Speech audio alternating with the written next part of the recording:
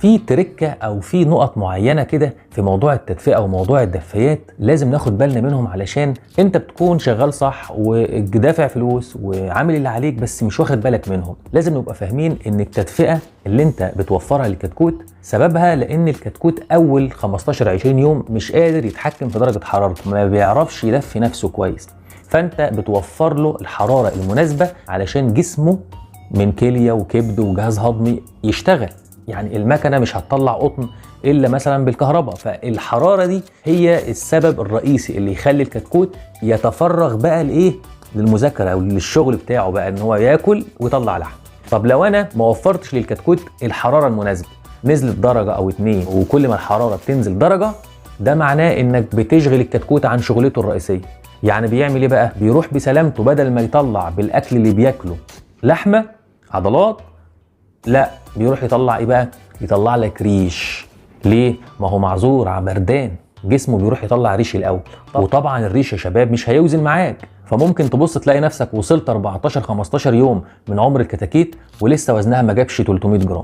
انت كده خسرت ما لا يقل عن 100 جرام بسبب انك مش قادر توفر حرارة مناسبة. اللي انا عايز اقوله بقى النهاردة او التركة بتاعت الحلقة النهاردة موضوع الدفايات.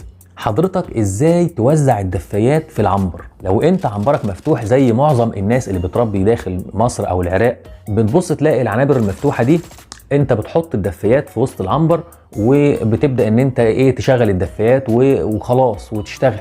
هل الكلام ده صحيح ولا في حاجة لازم ناخد بالنا منها؟ هديك مثال او هشرح لك على ورقة وقلم علشان نفهم اكتر. دلوقتي يا شباب حضرتك لو نفرض ان عندك 6 شبابيك الناحية اليمين و6 شبابيك الناحية الشمال، وعنبرك فيه 6 دفايات، ازاي نوزع الدفايات بحيث يكون التوزيع كويس، ما يحصلش خلل في درجات الحرارة داخل العنبر، فما يحصلش بقى عطسة او كخة او اعراض تنفسية؟ هل ينفع نحط ال6 دفايات كلهم في وسط العنبر ولا نوزعهم جنب الشبابيك؟